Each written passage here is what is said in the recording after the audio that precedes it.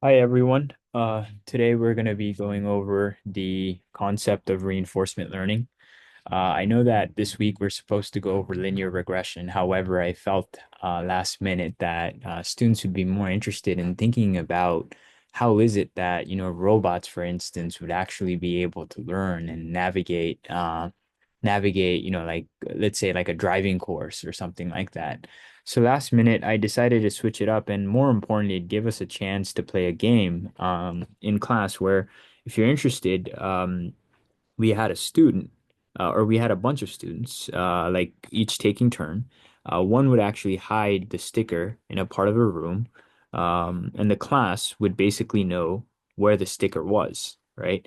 And the class would basically tell the student saying saying you're either going in the right direction or the wrong direction. So they'd say +1 or a -1 for each one of those values. So if they're going closer to the sticker, the class would say, hey, +1, or in other words, hot, if you have played hot or cold before, and then -1 indicating cold. So that allowed us to kind of think a little bit more about reinforcement learning in a better light.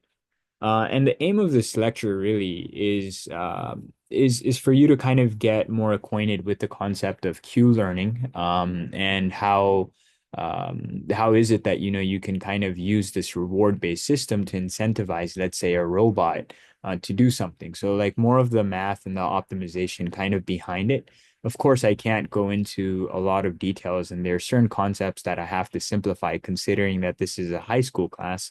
But I hope that it gives you the right intuition that, if you can, if you really want to learn more about this topic, you can. But there are things that I kind of simplify a little bit more, just for the sake of this lecture. So let's go ahead and get started. Um, let's hypothetically consider a system. And in this system, before we even explore the system in the first place, let's go on a math trip, right? And in this system, we basically have five different nodes. And these nodes are illustrated above. And you could think about these five different nodes as places, right? Let's say you own this incredible Lamborghini. And this is the state-of-the-art Lamborghini that no one else in the world basically has, and you can drive it around. Or, a better case, a robot can drive it around. And a robot wants to take you to different places. Let's hypothetically say in this case, robot wants to basically take you to the movie theater or something like that. Okay? And how are you going to be able to train this robot to be able to think about instructions, or think about how is it that it can get from home to the mall, to the park, to the movie theater? I mean, for us, we can kind of see the optimal path just straight out, that since we can go from the home to the mall, and then the mall to the park, and then the park to the movie theater, we know this is the optimal path, but the robot might not know that. They might end up going to the city hall first and then back to the mall, and then realize the city hall is a bad path to go, and then finally end up at the movie theater.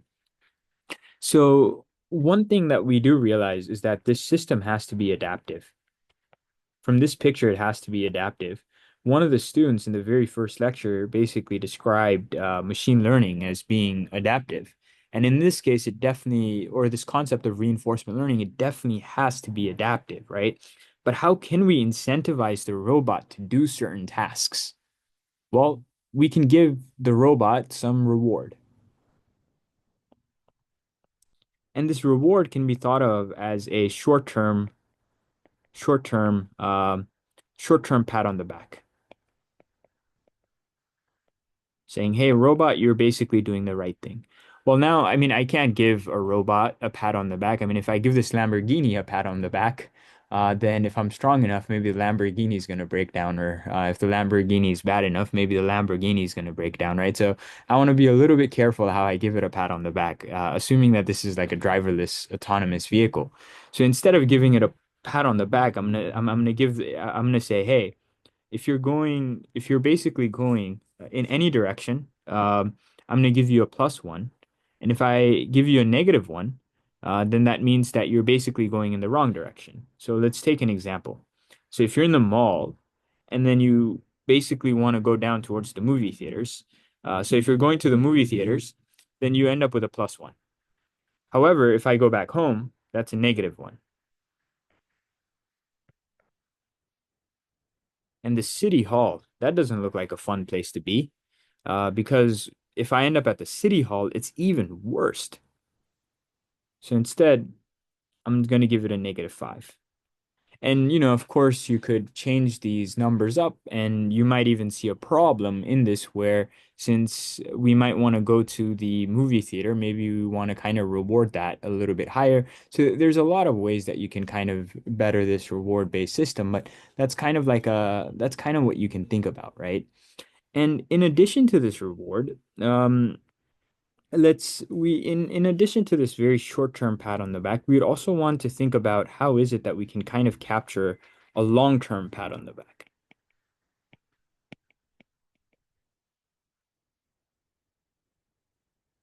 Okay.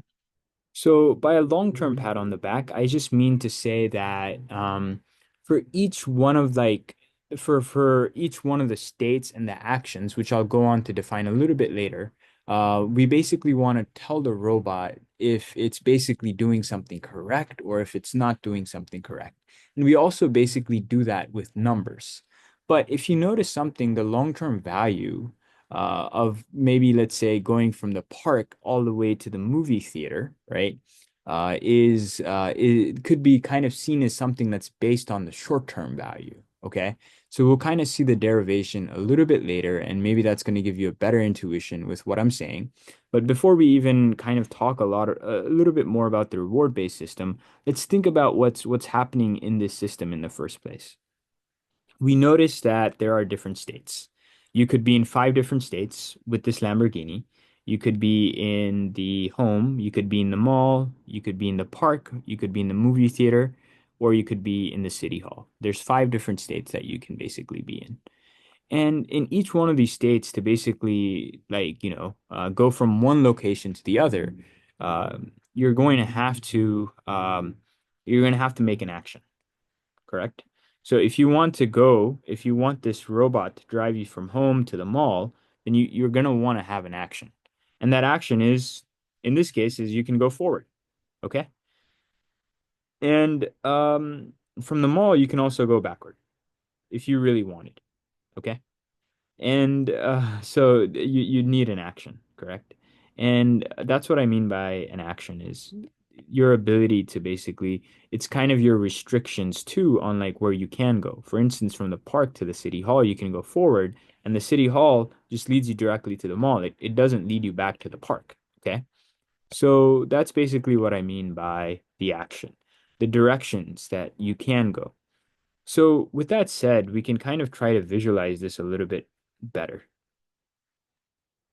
Let's try to think about what the different state action pairs are.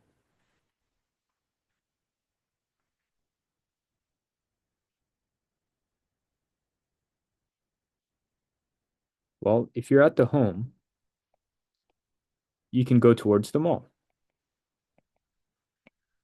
You're at the end, you're at the edge of the cliff. You can't go anywhere else. If you're at the mall, you can go to the home, or in other case, you can go towards the park. If you're at the park, you got it. You can basically go towards the city hall. So at this moment, I encourage those that are basically watching to go ahead and pause the video and complete the remainder of the state action table, just so you basically know what's going on. I mean, it's relatively simple, but at the same time, I think it's going to solidify what it is that you're basically learning. So if you basically said this was your final table, you got it correct. And this is what the final table basically looks like for each of the state action pairs. I also went in to go fill up the reward column, which just indicates how much money or how much reward you're basically giving this autonomous driver. And the reason being is because as we have covered very briefly earlier, if we basically go towards the theaters, you get a positive one. If you go away from the theaters, you get a negative one. And if you go towards the city hall, you get a negative 5. And this is all encapsulated here. So the park to the city hall, for instance, gives you a negative 5. The home to the mall gives you a +1, and you can see that as a reward. Mall, and then you go back home, it gives you a -1. So you could kind of play around with this just to see if that makes sense to you. But it's all relatively simple. And this is the concept of instant points, is points that we basically preset. Not present, but preset. But for this autonomous agent, we can't always be presetting numbers, right? So we also want to have a system where we kind of capture the number of points, but that no, those number of points should be influenced by instant points. But we should also think about what is it that the long-term value that we're receiving. What I mean by this concept of a long-term value is the instant points that you basically get now and the best long-term points that you might get in the future. So if hypothetically you are at a certain state home and then you want to basically go to the mall, what is it that the instant point that you basically get in that situation is? It's a positive one, correct? And then we want to add that with some sort of a number that represents the long-term points that we earn. And that's where the concept of a Q value basically comes in. So let's think about this. I went ahead and I preset a lot of these column values to be certain numbers. We'll talk a little bit later about how you get the column for long-term points since that's not been basically clarified yet. But I can go ahead and plug numbers into this formula for it to basically make sense. So we know that we start at the mall. From the mall, we can either go to home or we can go to the park. Well, if we go to the home, we get 2 points. If we go to the park, we get 10 points. Right now, I'm not thinking about instant points here. I'm thinking about the long-term points. And again, just trust me, just have good faith that these numbers are somehow like accurate. And later on, we'll see how these numbers could be generated or simulated. So, if I were to tell you, do you want 2 sandwiches or do you want 10 sandwiches? And assuming that they could be refrigerated, you'd probably say I want 10 sandwiches, right? So, with that said, we'll basically decide to go to the park. So the very first question that we ask in this formula is, where do we want to go first? And that we can look at by looking at the long-term points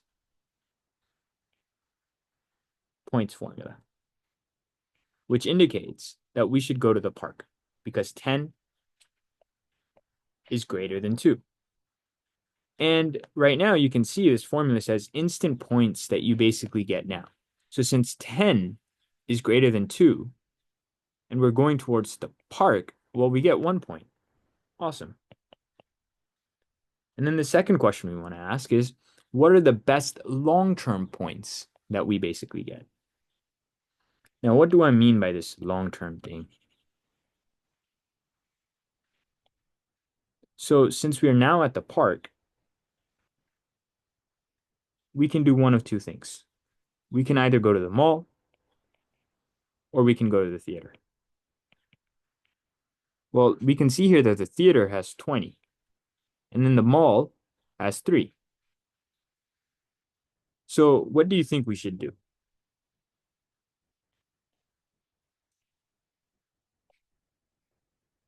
Well, we should go towards the theater.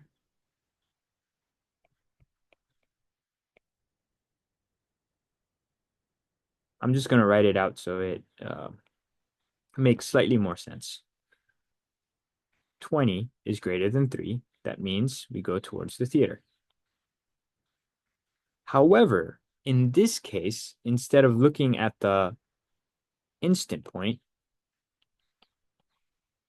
we basically look at the long-term points. So you can see here that the long-term points for the theater, if you go towards the theater, well, it's going to give you 20, correct? Then you add both of these numbers up, and then you get 21. So that is, this can also be called the Q value. However, I encourage you, if you do have the time, to kind of pause the slide and try to think about what could be a possible problem with this. Before I talk about the problem, let's think about what I just said what I just wrote out in words in mathematical terms. R of SA represents the instant points that I earn if I'm at the mall and decide to go to the park.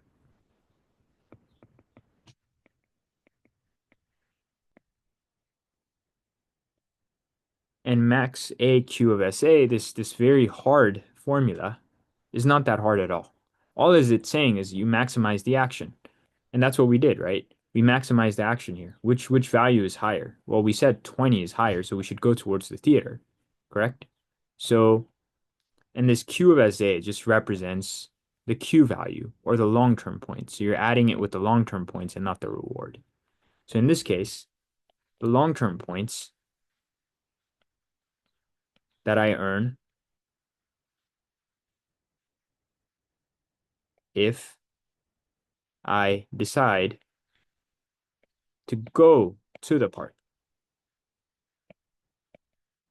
So that's what that represents. It just, R of SA basically means you have for some state and for some action, that's what you do. And S prime represents for the next state and for the next action, that's what you should do.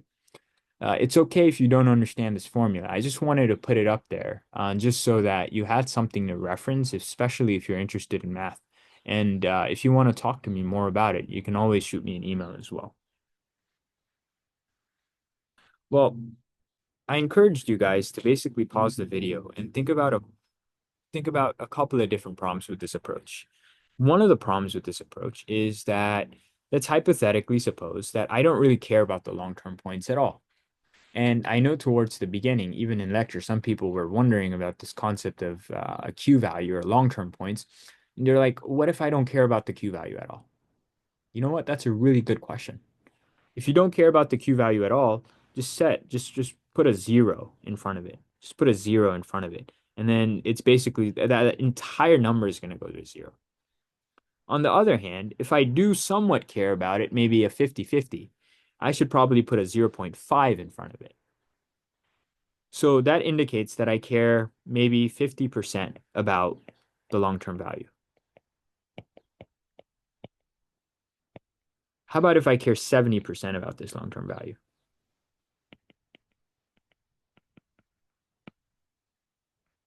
Well, in that case, I'll just put a 0.7. How about a 71.89564%? Great. Then you just put 0.1718956 in front of it. Since this indicates that, then we can just put that number in the front. So with that said, here's a new formula. This indicates how much you care about it. How much do I actually really care about these long-term points? If I don't care anything at all, just set it equal to 0. If I really care about the long-term points, set it equal to 1. That's basically the formula. And it should make sense. Just maybe, you know what? I encourage you to pause the video and see how the answer to this problem would change if we have like this value equal to a half. Great. If you have figured it out, it's basically now going to be 1 plus half times 20. And that's just going to be 10, which is just going to give you an 11. So it's not going to allow these values to explode dramatically because I don't care as much about the long-term points anymore. So that's the concept of a Q value, or in other words, the long-term benefit that I receive. And the other pitfall with the previous approach is, well, we can't really update the Q values. We can't like remember what I asked in the beginning, like where do these Q values come from? They all look like they're something that's basically just randomly generated by some machine, and it actually is randomly generated in this case. But if we wanted a more layered approach, how would we be able to do it? Well, in this case, we can think about this as a formula. And all of this, all of this thing here is just coming from the previous slide. It's the exact same thing that I basically mentioned in the previous last couple of slides. It's basically, as a matter of fact, I copied it when designing the slides. So it's coming from right here. And what this is saying is that we add whatever the old long-term points was with whatever value we had. So for instance, in that same case, and I'm going to go over it very much more specifically, we got that the number was equal to 21, assuming that we had equal to 1, right? And what that basically means is we should add the 21 to the 10. That's the old long-term points for that action. So 10 plus 21 is equal to 31. If you understood that, great. If not, let's go over it actually a little bit more intuitively, okay? So I'm going to do the same exact problem again. We're at the mall, and now we can either go home or we can go to the park. Two options. If I go home, I get 2 points. If I go to the park, 10 points. Since 10 is greater than 2, then we should go to the park. Then we earn a reward of 1 point. On the other hand, if I am now at the park, I have, again, two choices. I can either go to the mall or I can go to the theater. This is going to give me 20 points. This is going to give me 3 points. We see 20 is greater than 3. Would you want 20 sandwiches or would you want 3 sandwiches? So therefore, you end up choosing the theater. Therefore, you get plus 20. And the plus 20 is basically just coming from there. So 20 plus 1, great. And then the first part of the formula is basically saying old long-term points. What are the old long-term points? Where did we start? We started from the mall, and then we decided to go to the park. Let's find that column. Mall, and we decided to go to the park. The old long-term points is 10. So 10 plus 21 is equal to 31. That's a more careful approach. So instead of this being a 10, we should update that to a 31. Let's do one more iteration, actually. Let's just say now we start at the mall again, and then this updated Q value is 31. Go ahead and delete all of these numbers. So from the mall to the park, you get 31 points. And then from the mall to the home, you get 2 points. And then from the park to the mall, you get 3 points. And then from the park to the theater, you get 20 points. Okay. Let's go ahead and cross all of this out. Well, we notice 31 is definitely greater than 2. That implies we go to the park. And then we get a reward of plus 1. And then from the park, we can go to the mall or to the theaters. Well, we also see that 20 is greater than 3. Therefore, where do you think we should go? We should go to the theater. And then we earn 20 points. 20 points is basically referenced right here. That's the Q value or the long-term points. Great. So all of that probably makes sense. Okay.